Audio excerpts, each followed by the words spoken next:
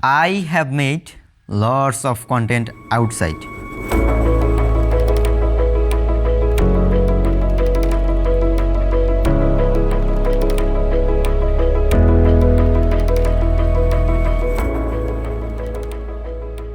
But here is a problem.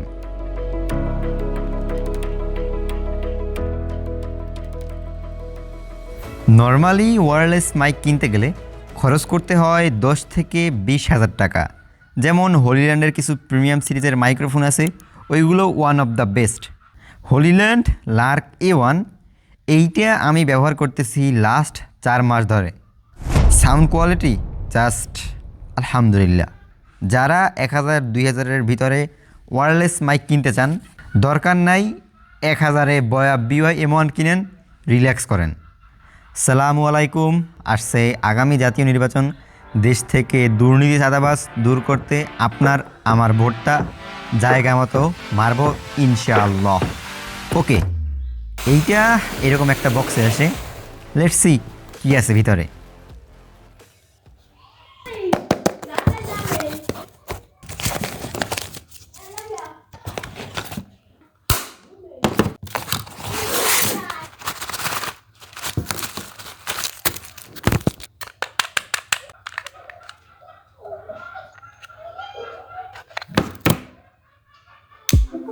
তো Hollyland Lark A1 এই মাইক্রোফোনটার বাংলাদেশে মোট 4টা ভার্সন পাওয়া যায়।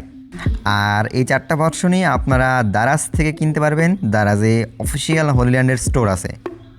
আমারটা হচ্ছে USB-C নো চার্জিং কেস। এইটাতে শুধুমাত্র এরকম 2টা এবং একটা ট্রান্সমিটার পাওয়া যায়, এই ছোট্ট সাদা কেসটাতে ভরে রাখা যায়।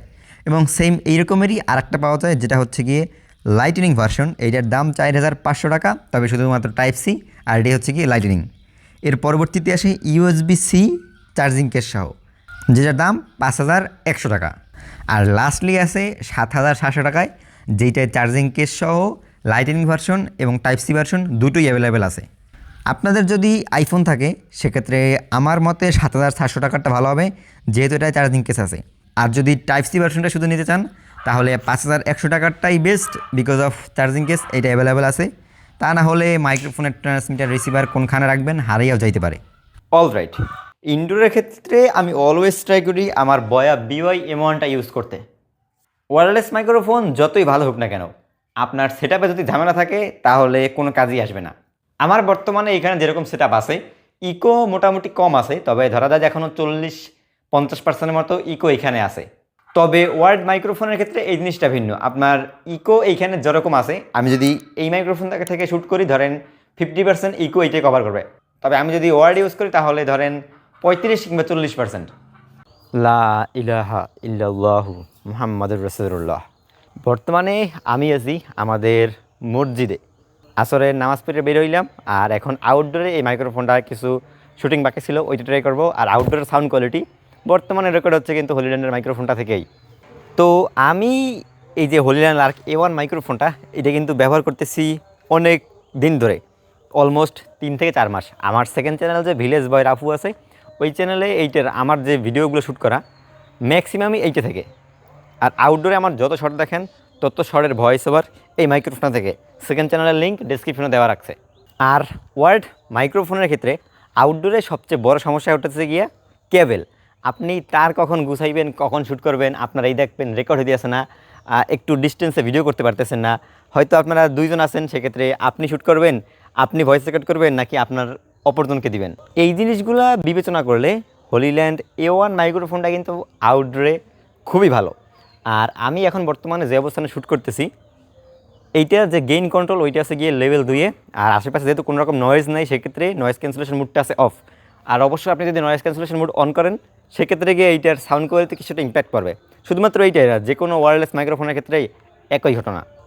আর এই মাইক্রোফোনটার একটা অফিসিয়াল নিজস্ব অ্যাপস আছে, জাস্ট রিসিভারটা প্লাগ ইন করে নেবেন, তাহলেই আপনারা অ্যাপটায় প্রবেশ করতে পারবেন। অ্যাপটাতে যে নর্মাল ফিচারগুলো দিছে যথেষ্টই ভালো। প্রথমত এইখানে মাইক 1, মাইক 2, যেখান থেকে আপনারা ব্যাটারি ইন্ডিকেটর মানে চার্জ দেখতে পারবেন 50%, 100%।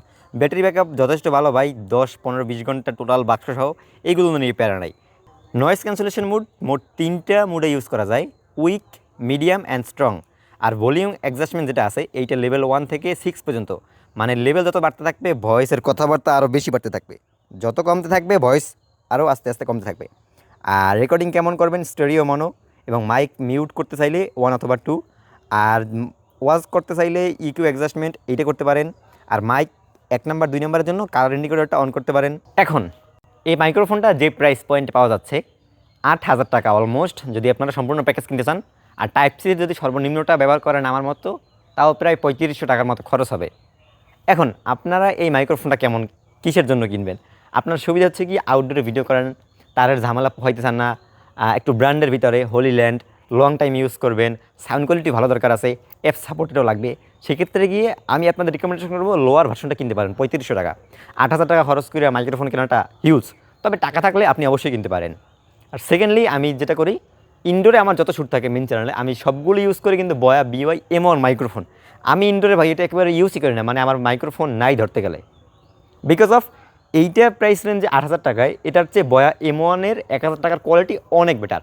আর আপনি বয়ার মাইকগুলো অথবা লেভেলিয়ার যেগুলো তার সহ মাইক্রোফোন, ওইগুলোর ভয়েস যদি এডিটিং করেন তাহলে মেইন অডিওটা কোয়ালিটি পাওয়া যায়।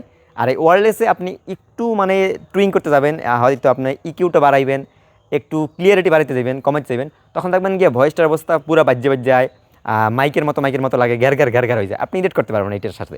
এই জন্য আমি অলওয়েজ রিকমেন্ডেশন করব, যদি আপনাদের দরকার হয় এই মাইক্রোফোনটা কিনেন, না হলে আমি আপনাদের আবারও বলতেছি বয়া BY M1টা দেখতে পারেন, one of the best microphone, আগামী 2030 সাল পর্যন্ত মনে হয় এটা থাকবে।